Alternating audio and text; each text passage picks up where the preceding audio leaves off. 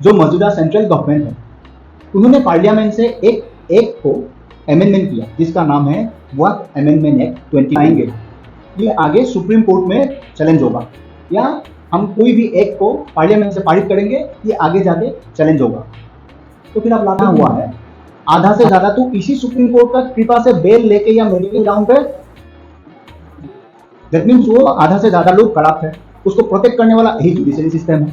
नहीं तो ये तो आप टाइम आ चुका है, या तो आप पॉलिटिक्स का जो सिस्टम है उसको बदलो या फिर जुडिशरी को रिफॉर्म करो। और कास्ट को तो आप हटाओगे नहीं, ये हमें भी मालूम है, लेकिन कुछ ऐसा जरूर करो।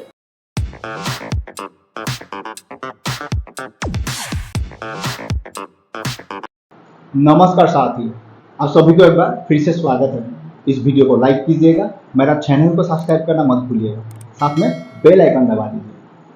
तो साथियों, आज हमारा देश में एक मुद्दा है, ये बहुत ही ज्यादा चर्चा में है। ये है हमारा देश का सुप्रीम कोर्ट।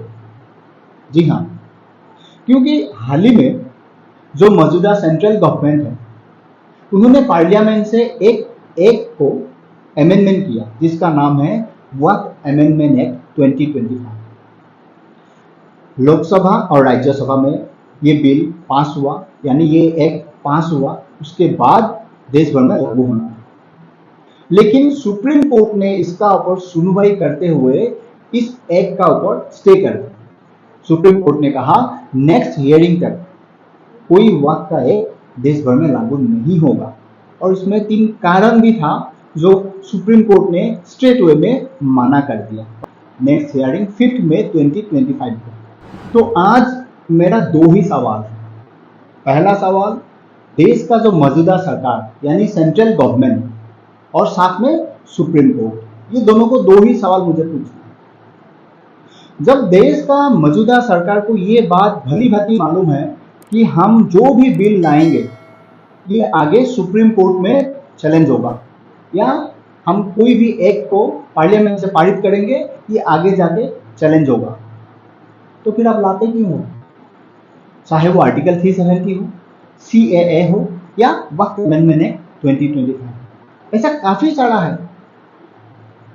हर वो बिल जो देश का पार्लियामेंट से पारित किया गया हो या पास किया गया हो या एक्ट बनाया गया हो, वो सुप्रीम कोर्ट में चैलेंज किया जाता है।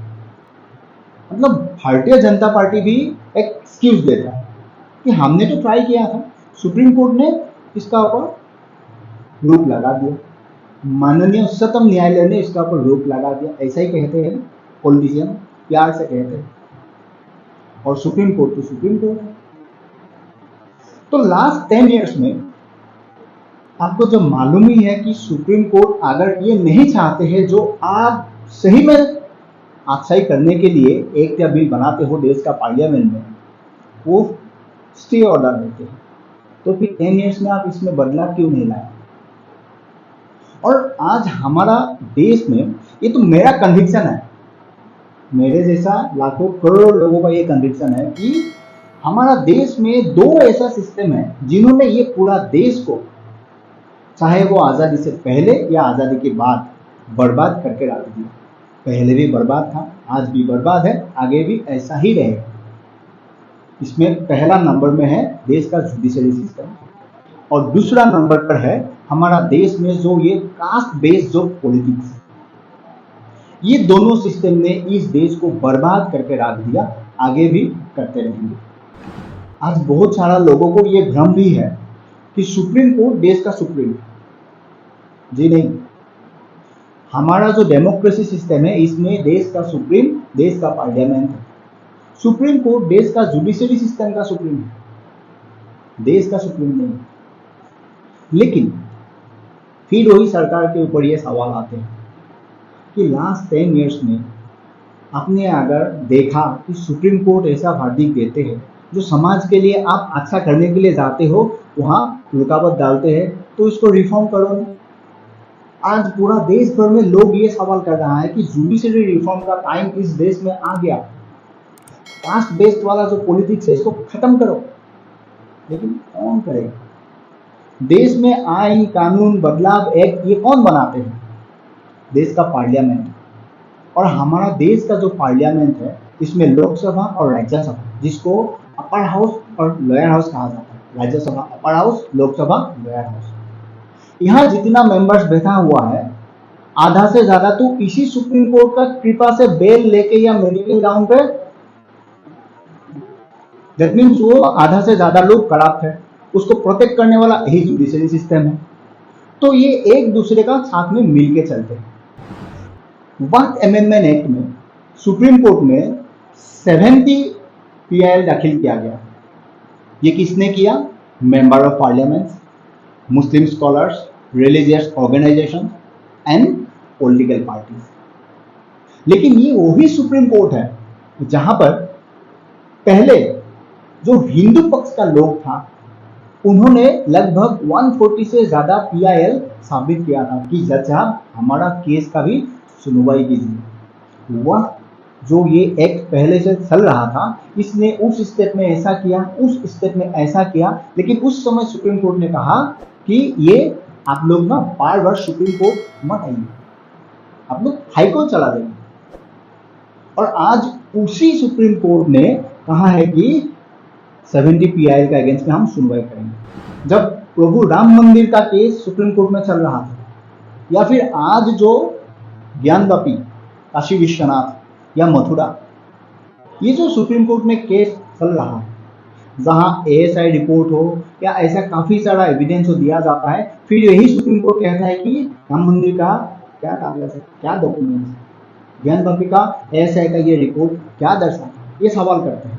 और इधर वक्त अमेंडमेंट एक्ट का अनुसार बयानबाजी करते हुए CJI कहते हैं कि 13-14 सेंचुरी में जो मस्जिद बना था, उसका डॉक्यूमेंट्स कहाँ से दिखाएगा। तो इसीलिए शायद आज पूरा देश भर में सुप्रीम कोर्ट या चीफ जस्टिस ऑफ इंडिया को काफी सारा लोग यही सवाल कर रहे हैं कि आप पक्षपात जो ये या स्टे लगाना हो या वर्डिक्ट देना हो क्यों देते? अगर सुनवाई करना है सबका बराबर करो। ये कभी नहीं होता। और सेम चीज जो मौजूदा सरकार है उसके लिए भी एप्लीकेबल होता है, क्योंकि अगर आपको लगता है कि समाज के लिए बेहतर है, इसमें रुकावट किसी ने डाल रहा है, तो उसको आप चेंज करो। पूरा पावर आप ही का पास है। सुप्रीम कोर्ट में अगर वर्डिक्ट दे दिया, उसको आप बदल दो। एग्जाम्पल है ना, राजीव गांधी ने किया था ना शाहबानो का केस में, आप भी करो। समाज के लिए अगर सही है, उसमें आप क्या गलत है? सही है, तो ऐसा होना पड़ेगा। फिर मोदी जी ये जो है ना कि मैं ऐसा नहीं कर सकते हैं, हम विश्व गुरु बनेंगे, विकसित भारत बन जाएंगे, इसी सोच या इसी सिस्टम के साथ आप देश को विकसित नहीं बना पाओगे, नहीं बना पाओगे। तो आप टाइम आ चुका है, या तो आप पॉलिटिक्स का जो सिस्टम है उसको बदलो, या फिर जुडिशरी को रिफॉर्म करो। और कास्ट को तो आप हटाओगे नहीं, ये हमें भी मालूम है, लेकिन कुछ ऐसा जरूर करो जो समाज के लिए अच्छा है। आप पार्लियामेंट से पारित करते हो, वो सुप्रीम कोर्ट में अगर स्टे कर दिया, उसको बदलने का एक तरीका ढूंढो। वही था मेरा संवाद आज आप तक पहुंचाना। आई होप आपको अच्छा लगा। मिलते हैं नेक्स्ट वीडियो में।